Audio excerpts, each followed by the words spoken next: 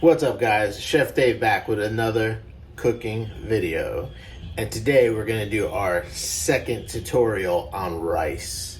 Now today we are tackling basmati rice, in particular the dish known as biryani. I love biryanis. I love all sorts of kinds of biryanis: vegetarian, chicken, goat, lamb.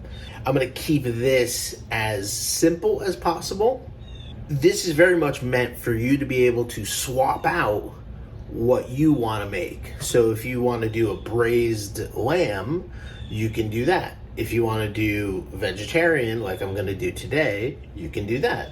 So there's a lot of different ways to make the actual biryani dish, but the focus is really on the technique for the basmati rice, and that's what we're going to be focusing on.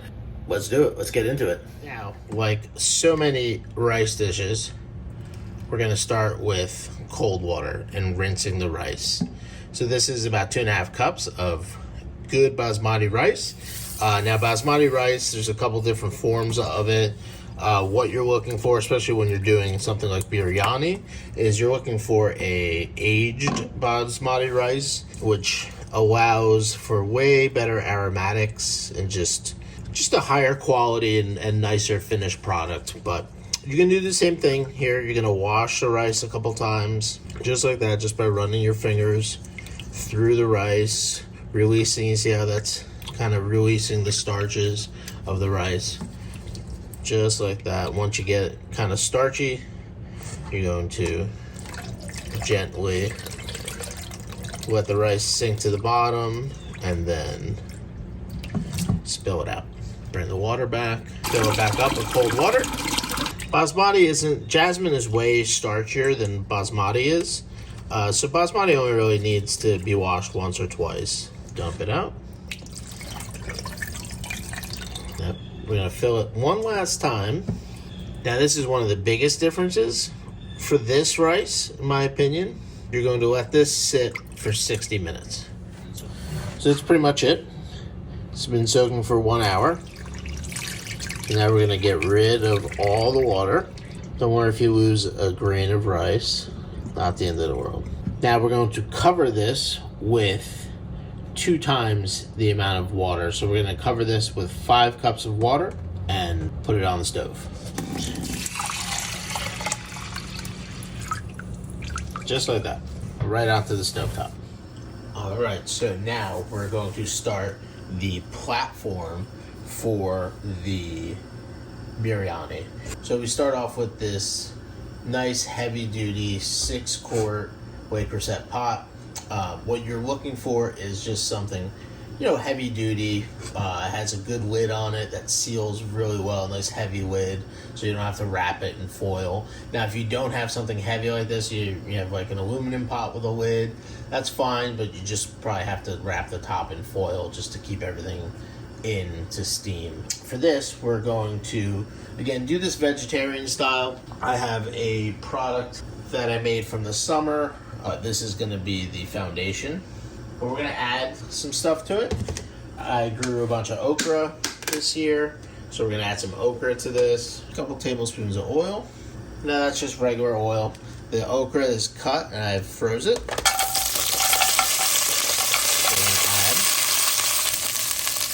Now in the meantime, right next to this, we are going to put our rice on. Right here, no lid, just 5 cups of water, fresh clean water, 2.5 cups of rice. Okay, with okra, you want to make sure you're getting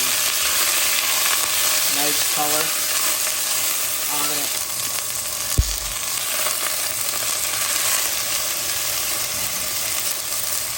You want to try to leave them in one layer. Really get nice sear. So this has some nice even color on it. It's about what we're looking for. You can go a little darker if you want, but I think that's pretty good. Next thing we're gonna add are our diced peppers, and you can check out a video on how to dice peppers with the link in the video.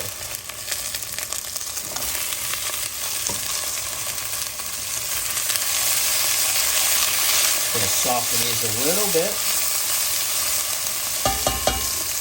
a little bit of salt.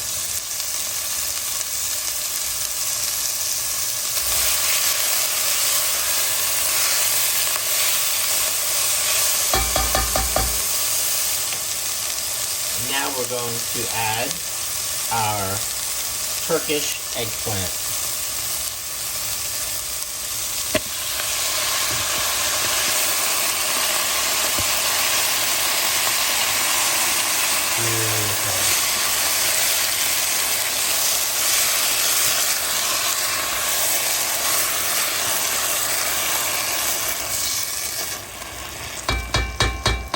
Add a little bit of water to it.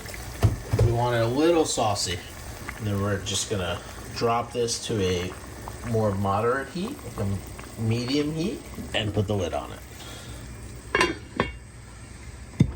Now, with the rice, we want this to come up naturally. We're gonna add some salt, about a tablespoon and a half. So we can see the basmati rice is coming up to a boil. And once it hits a boil, we're gonna let it boil for 2 minutes. So now that we've been boiling for 2 minutes, turn our heat off. And that's what it looks like after 2 minutes. It's nice and starting to inflate. Gently and safely strain it. I'll strain it really well. Make sure you get all that water out. That's it. We're gonna put it back in the pot temporarily. That's what you have right there. That's step one. Now you can do this in a lot of different ways. You can, lots of like spices and, you know, saffron and star anise, cardamoms, things like that. A lot of those spices are already in this base. So I kind of want to leave it not plain, but just less spice forward, because I don't want to double down on all those kind of fall spices, because they can be a little overpowering at times. So what we're going to do is take half the rice, spoon it right on top.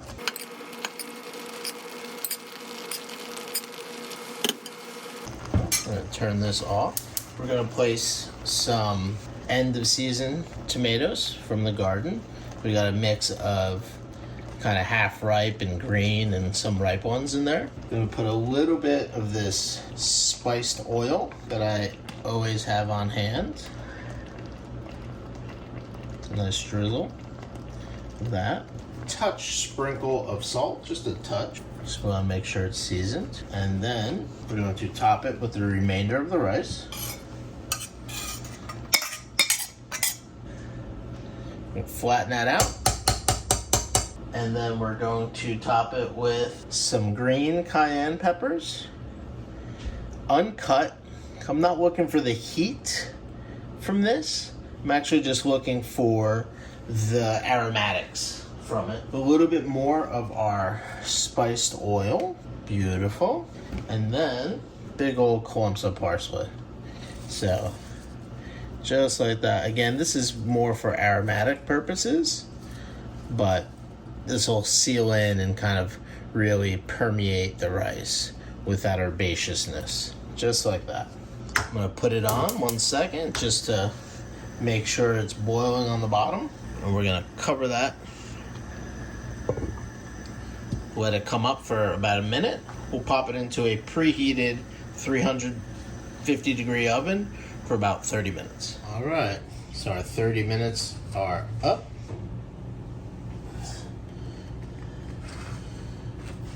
Feels good.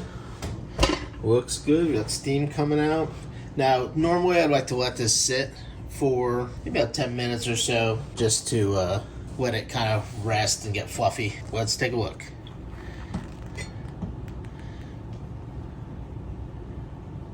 Fantastic. Look at that. Absolutely stunning. Beautiful, beautiful, super aromatic. Smells, you know, you really get that herbaceous vegetal smell from the parsley. Absolutely beautiful. I'm gonna cover this back up. I'm just gonna let it rest for about 10 minutes before we dig right into it. All right, moment of truth, as they say. I'll take the top off. This has been resting for a little bit. And then we're going to dig right in.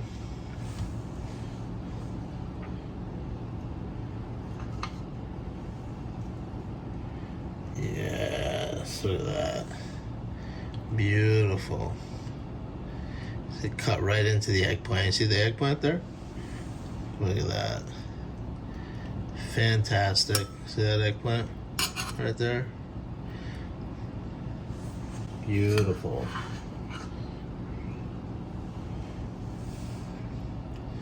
Beautiful.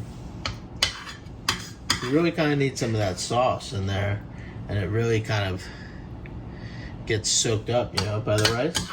That's why it's pretty important to have a fair amount of sauce on the bottom. Just like that. Beautiful. We'll put the pepper right on top. And voila. That's it. There's our basmati rice for our biryani. There you have it, guys. Delicious, delicious biryani. Check that out. Fantastic.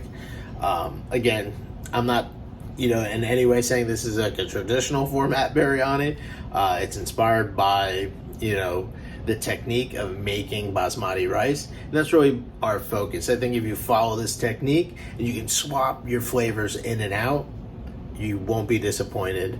Just follow the technique for the basmati rice. Thanks for joining us, guys. And remember, if you like this content, make sure you comment, like, subscribe, and ring that notification bell. Peace.